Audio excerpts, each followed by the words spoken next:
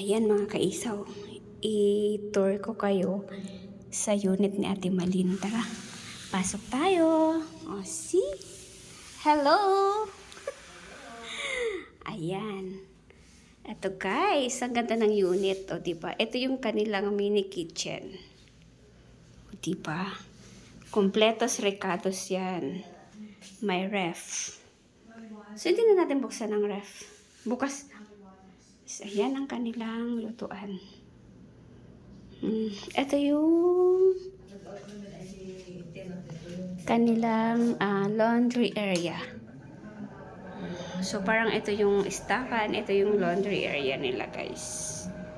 Yan. Then, may washing na din. Ayun ang exhaust. Ayan.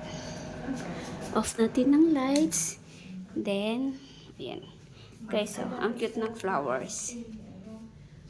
Tapos, ito yung CR. May CR dito. Yan. Ito yung kanilang CR. Hello. Tapos, ayan ang shower room. With hot water.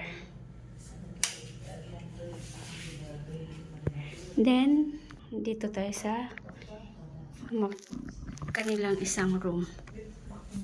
Diba? Tcharan!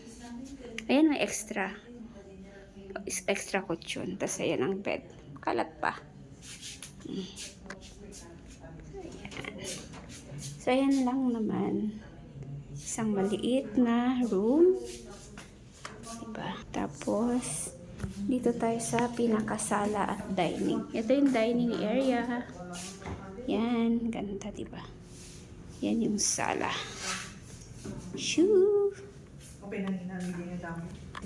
Tapos, hi ka naman dyan, Ness.